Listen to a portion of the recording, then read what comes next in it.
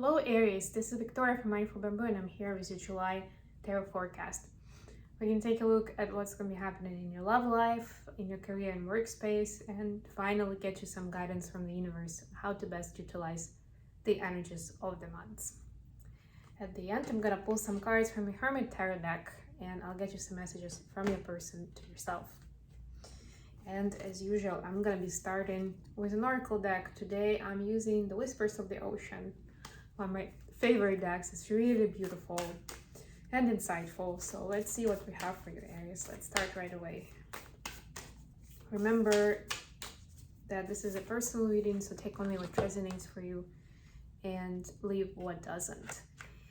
If you like what I'm doing, please click the like button, subscribe to my channel, leave a comment below the video. You can also find out more information about my personal services, links for donations and Amazon wishlist down below. If this reading didn't resonate for you, you may want to try or didn't fully resonate, you may want to try readings for other placements: Sun, Moon, Rising, or Venus. And you can find out what those are using the link in the description box below. Okay, you have number 6, looking at the underbelly.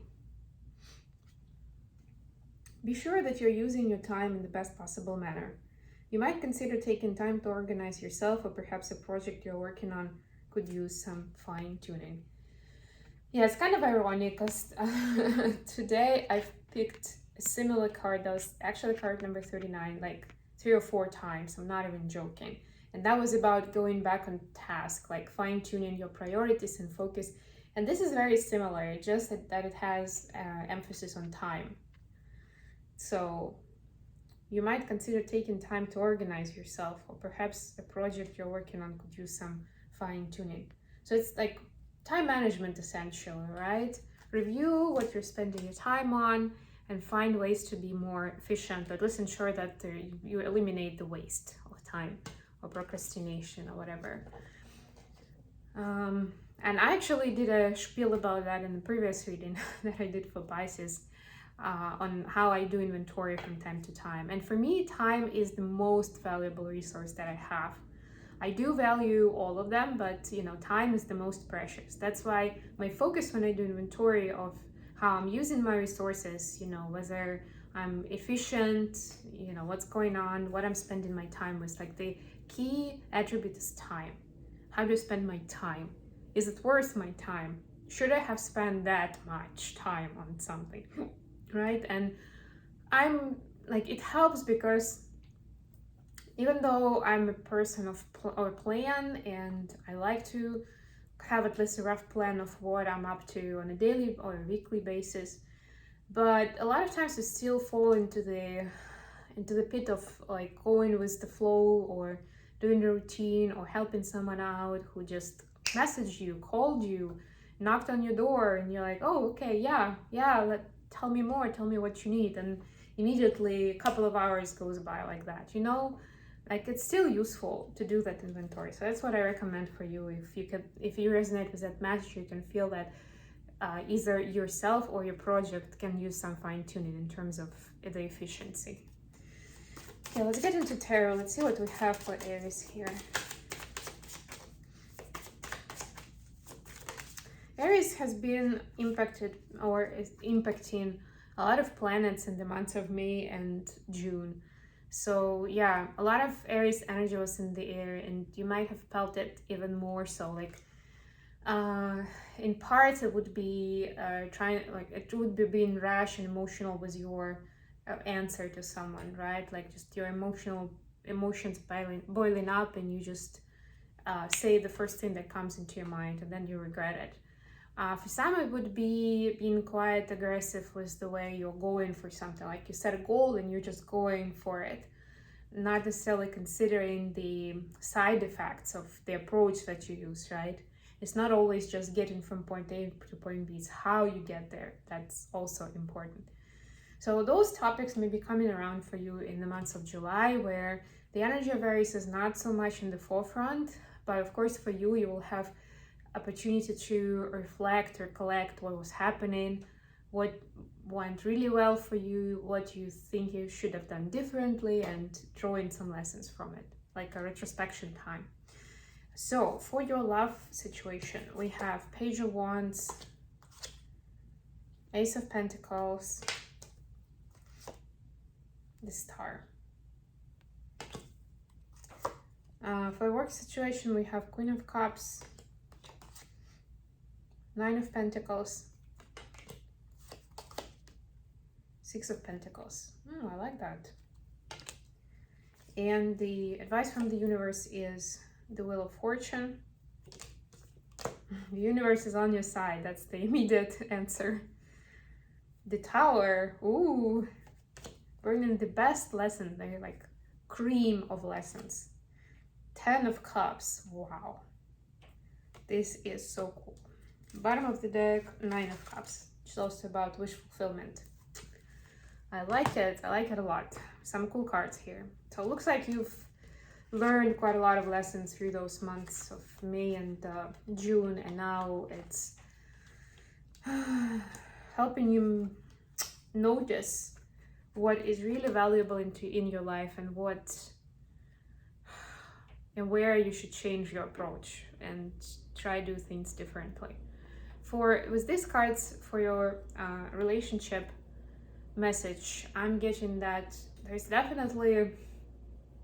you're definitely feeling that your connection, the relationship that you have, maybe the communication that you have with your person could have been much, much better. Like that both of you are so great and you have so much potential, but somehow you're noticing that you still feel like you're in square one, still trying to build that emotional connection and understanding between you two. Good news, you will have an extra opportunity to build on that, to add something in the physical. If it's an early relationship, it could be a trip, a short project you do together, it could be even helping each other out with money, as simple as that. For those who are farther along the road in their relationship, it could be a much bigger sort of investment or even engagement. Something about material commitment and working together in something in 3D, right? Because you see this big dream, you see this hope for, like, this is my soulmate or twin flame, we are one, we are so great together. But it's almost like there is this gap that you need to jump over to get to that space where you are happy together, right? So this project is going to be an opportunity to do that if you do it right? That's the trick always, and we'll get to it more when we get to the advice part. But there's definitely an opportunity to repair what you feel needs repairing between you two, or at least strengthen your connection. For the workspace, we have Queen of Cups, Nine of Pentacles, Six of Pentacles. So to me, all these cards are implying that you are supposed to be in charge in whatever it is you're trying to accomplish. So if you're trying to hire somebody to do work for you, that may not be a good idea. This is the time when you are the best person for the job.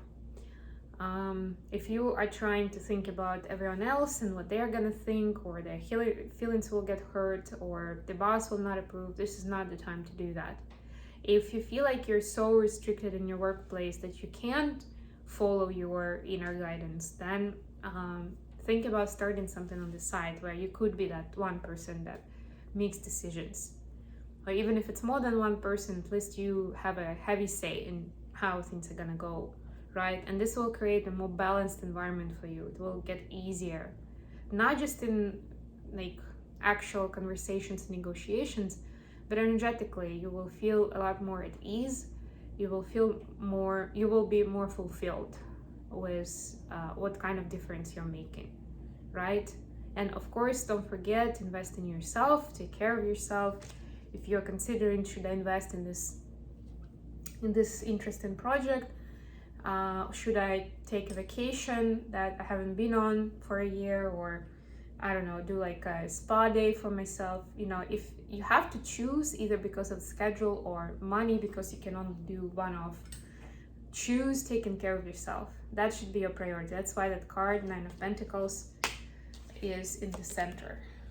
This is taking care of myself, acknowledging how great, how beautiful I am. That sort of idea. And we have 2 major arcana and 10 of cups for your love situation. By the way, I didn't mention what kind of signs we have here. So you could be dealing with an Aquarius,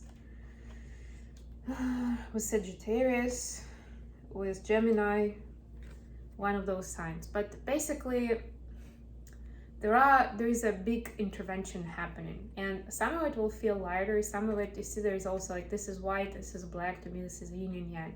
Some of it will be very, very yin. Some of it will be extremely yang, especially with the Tower here. Although black is yin, but you know, Tower is usually about some action time, and there is a lot happening, and it may seem burdensome, it may seem painful, it may seem like too much to handle.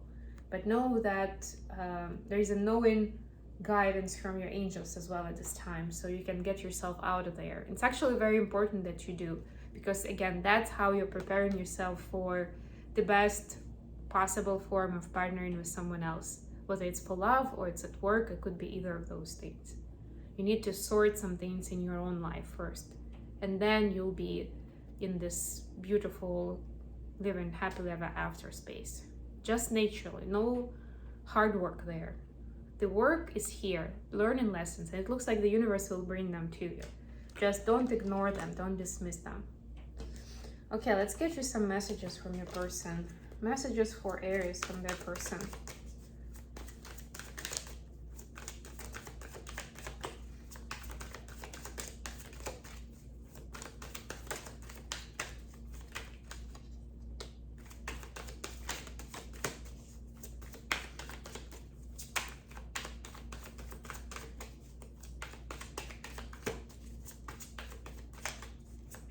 At some point, this deck gets so hard to shuffle that some of the cards turn the other way around. It's funny. Okay. We have, I'm absolutely in love with you. Let me have you. I'm sensing a theme here. And if I follow you, I could lose everything. Yes, there is so much attraction from a person to you. But there's also fear that the previous, and it doesn't have to be as dramatic as like, I would literally lose everything. But you know, we spoke about sticking to a certain something that you spent a lot of time with and not wanting necessarily to let go of it. Sometimes we picture our life, our future in such a distinctive way, and we put in so much effort towards it. Then when this picture gets blurry, or we suddenly have much better idea, much more exciting idea of what it could be like, we become doubtful because we're used to it so much, to what it could have been. And it feels like if I now abandon that path and go into a new path, then I will lose everything that I worked for this many years, because it's not going to be meaningful in that context. So it's kind of a waste of time, which is not, of course. And at some point, they'll figure out to follow their heart and their dream. Just notice or keep in mind that it may take a minute for them to get there, because right now there is still some doubt of whether this is the best way to go. And if you feel like for some of you, it could be that both the old path and the new path that they're considering, they're both with you, but still look very different in 3D. And they would feel different. That's the biggest difference, right? But it still would mean to them that they are abandoning their old beliefs and values and goals and just throwing them out of the window in order to step on the new path. And that's scary most of the time for people.